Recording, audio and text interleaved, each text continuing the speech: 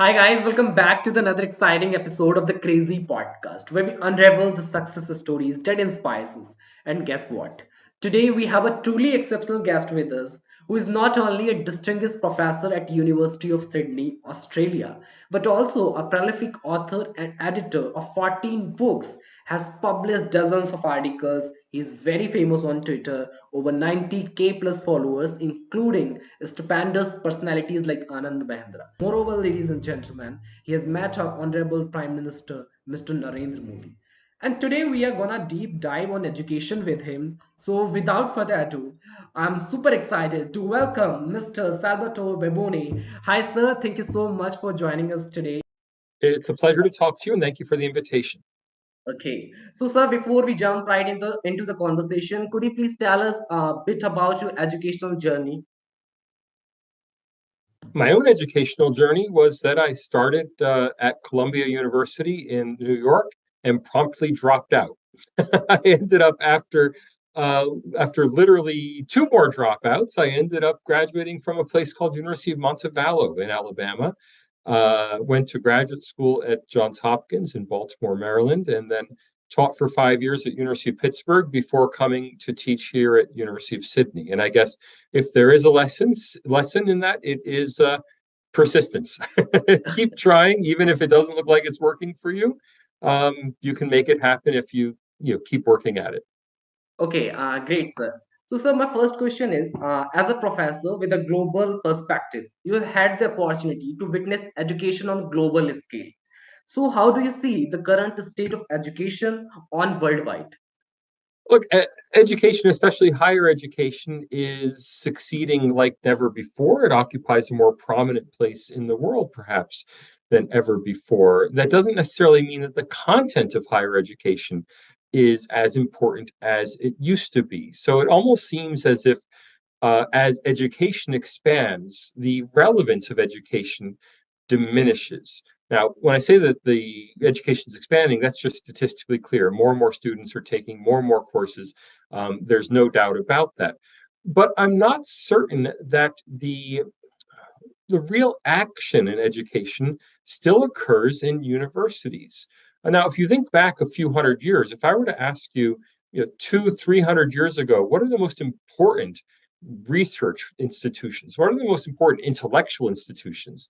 You would have said organizations like the Royal Society in the UK, or or private salons in Paris. You wouldn't have particularly thought of the universities, because back then universities in the West mainly existed to turn out priests. That was their purpose in the world. Universities in other parts of the world, in the Islamic world, universities existed to turn out Islamic scholars. I'm not that familiar with pre-modern universities in India and how tied they were to a Vedic curriculum, but I would assume that there was a similar emphasis on the Vedic curriculum.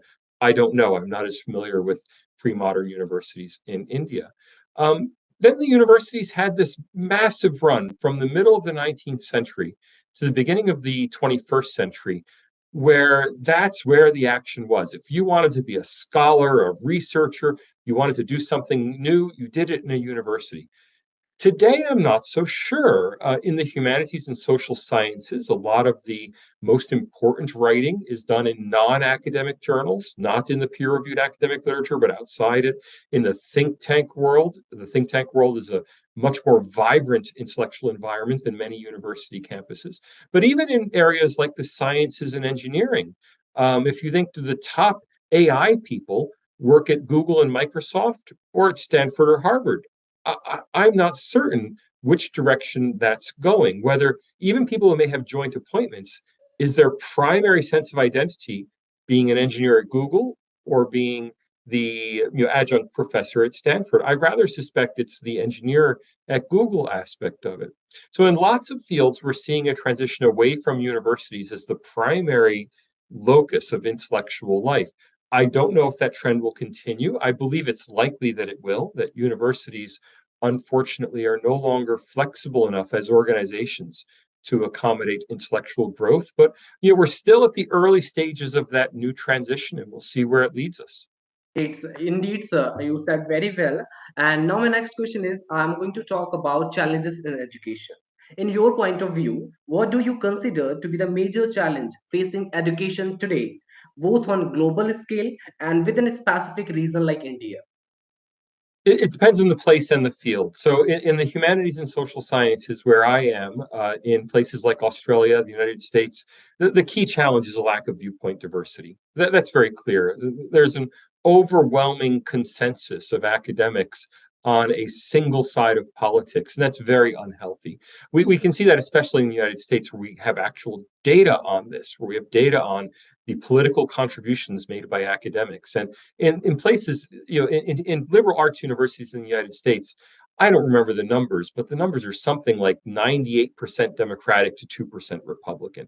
That in a country where the vote is pretty narrowly split 50-50 Democrat, Republican. And that's a real problem. It's a real problem because it means that ideas are not being challenged on campus. That's, I think, why intellectual life has moved off campus, because that you need that robust challenging of ideas in order to have a really healthy intellectual environment. But it also turns off students. The humanities and social sciences have been dying in the English speaking countries, ironically, just as they're starting to grow in developing countries. Now, when you look outside the humanities and social sciences, other fields are doing much better, especially engineering and business have historically done very well. And when you look abroad, there's a lot of growth. So, in the two largest countries in the world, in India and China, there's both growth in university enrollments, but also growth across the board in disciplines. And I'd say increasing professionalization of disciplines. Now, that's reflected to some extent in the rankings. I've been very critical of the rankings. I'm not a big fan of the rankings. But the simple fact is the rankings do reflect publications in major journals, and publications in major journals among Indian and Chinese academics are just rising dramatically. And that's true across the board. That's not just in engineering, that's in the social sciences and economics and medicine. Really across the board, we see this increasing prominence of both India and China in the worlds of research. So in that sense, intellectual activity is very healthy, but a lot of it is catch up, which is to say that um, even though universities in India and China are rapidly catching up with universities in the Western world, that doesn't necessarily mean that the brightest Indians are going in for university teaching instead of going in for technology careers, or in the social sciences, that the brightest Indians are going for teaching political science instead of working in the Indian Administrative Service, right? I don't know which way people are going. And so there may be the same question in places like India and China about, where is the most exciting intellectual life? It may not necessarily be in the universities. Yeah, sir, as you spotted the problem, so what do you think? Like, it should be the solution to like get rid of this education system problem that we have. That's a tough one. Universities are almost everywhere autonomous entities, meaning that we do our own hiring. And a lot of the problem with doing your own hiring is you tend to hire people like you. Now, people have recognized that when they've called for diversity, equity, and inclusion. Oh, white people hire other white people, so you have to hire a black person. And that makes some sense in some environments, but it only applies to certain, very external markers, the color of my skin, the color of my hair, the shape of my face.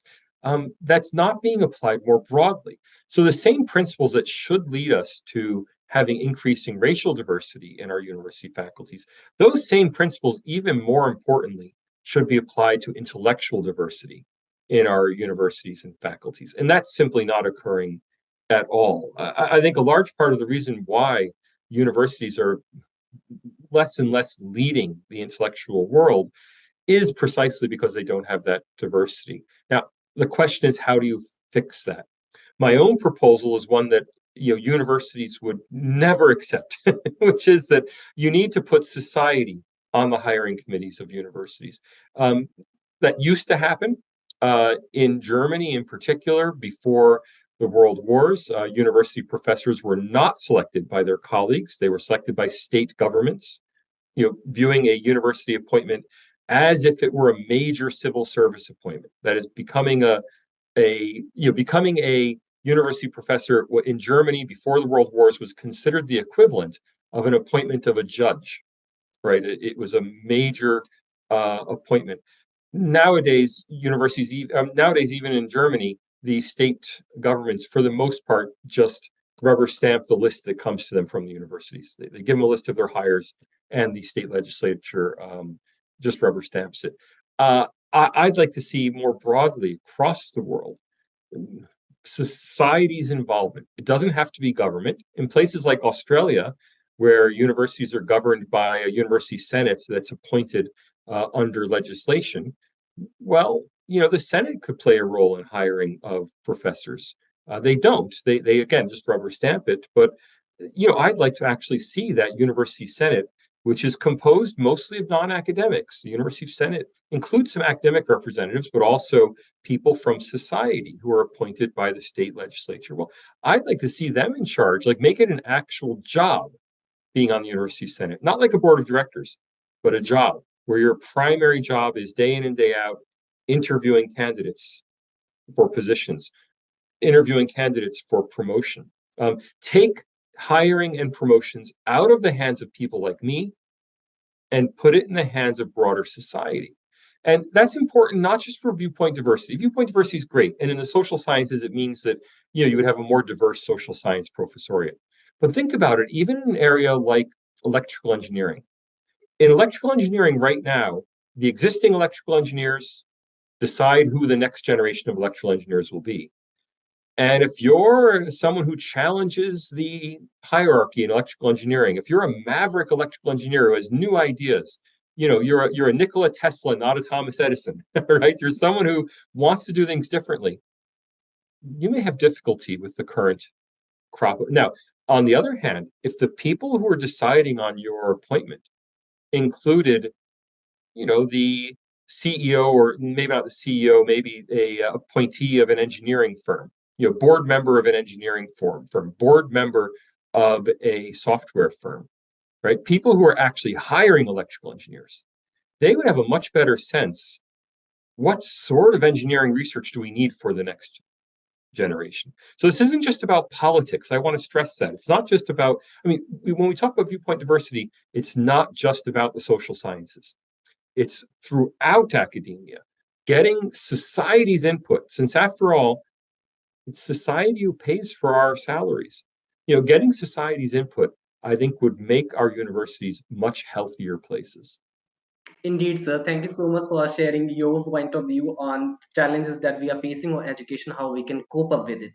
And with this, now I would like to ask my next question. It is going to be on cross-culture education. So, being at the University of Sydney and engaging with international students, how important do you think cross-culture education in today's interconnected world? Look, intercultural education is vitally important. The problem we have in Australia is that we don't have enough of it. And that may seem ironic. The problem we have, though, is that in Australia, more than one third of our students are international students. At the University of Sydney, where I teach, we believe the statistics are 2 years delayed, but we believe that over half of the students are international students. Now, that may sound wonderful. Oh, that's cross cultural. In fact, that does not generate cross cultural understanding. That generates ghettos. It generates groups of students where the Chinese students are all together, the Indian students are all together, the Arab students are all together, and they don't mix with each other. And the white Australian students don't mix with those groups. A healthy international education environment probably has about 15% international students, with absolutely no more than 5% coming from any one country. That way, the international students are special. They're treated as special. People want to meet them. If you're in an environment where fewer than 15% of students are international, and you have a student group in your class, you're doing group work, you're hoping you get the one international student in your class because you want that exposure. It becomes something that's sought after. So I think in Australia, we've gone far too extreme with internationalization. After a tipping point, internationalization is good, good, good, good, and then it starts to be destructive of the educational environment. Um, Other countries could use a lot more international education. One barrier is the English language. So for China, It's very difficult for China to do international education because so few international students have a sufficient knowledge of Chinese. Same for Japan and Japanese. In Europe, international education is often done in English, meaning that you're going to Germany to study, but your classes are actually in English, and everybody has, including the German students, have to learn English. That's a subpar outcome. Of course, India here has an incredible advantage in doing international education because obviously most education, not all, but most education at the highest levels in India is done in English, which means that potentially students from Africa, from Europe, from Australia, from the US, could be studying at Indian universities. I would personally really like to see Western, in particular US, Canadian, Australian, UK study abroad programs offering study abroad experiences, one semester experiences in India. Right now, it's very rare. It happens, but it has to be a highly motivated student who wants to go spend a semester at an Indian university. I think regularizing that kind of flow would both be fantastic for the Westerner who gets an experience. I mean, imagine you're an engineering graduate from Texas A&M, and there are 800 graduates in your class. Yeah, but you're the one who's worked for a year or a semester at an IIT. From the employability standpoint, having that international exposure would be fantastic. And from the Indian side, not only is there the cultural benefit, but there is the fiscal benefit. In that if Indian universities were able to get Western students paying Western tuition to attend a top Indian university, that would be a fiscal dream come true for an Indian vice chancellor. So although I know India is moving towards internationalization of higher education, I don't think it's necessarily doing it right. I think the most attractive way for India to be doing international education is not by opening up branch campuses of international universities. It should be by getting Western students on a 1 year or one semester basis routinely coming to existing Indian institutions. Yes, thank you so much for elucidating how cross-culture education is paramount in today's world. And we are going to wrap up this podcast. One final question that I'm going to ask you, although you said we are not going to discuss about politics, but when I told my viewers, when I told my viewers that, okay, this is the stupendous personality, I'm going to do a podcast. So he said, okay, ask a question from him. Okay, India is a youth country where 70 to 75% people are youth, and why still people consider in India that going in politics is a bad thing for Indian youth? So what's your take on this basically? Look, people consider politics a disreputable profession everywhere in the world. There's nothing specific about India in that regard, and yet people go into politics. I don't think there's any shortage of ambitious young Indians who want to get involved in politics. So, although everyone makes fun of it, I don't think that's a serious concern. When you decide to run for office, let me know, and if you need any advice, I'm always happy to help out. Okay, okay, sure, sir. So first of all, thank you so much for sharing your valuable insights on cross-culture education, current state challenges we face, and sparing your valuable time with our audience. And any final thought you would like to say with our listeners? Oh, look, it's just a great pleasure to talk to you and to get to talk to people. And, I'm highly accessible. So if you want to find me online, just type Salvatore Babones and my email address pops right up. I always love to hear from people. And it's great to carry these conversations off, well, it's still online, I guess, if it's via email, but it's Yeah. great to carry these conversations off the kind of one-way transmission of a podcast and into a conversation. Okay, thanks so much. And thank you so much, guys, for tuning in this podcast. If you like this podcast, don't forget to like, share, and subscribe, and follow Salvatore Babone on Twitter. Thank you. Thank you.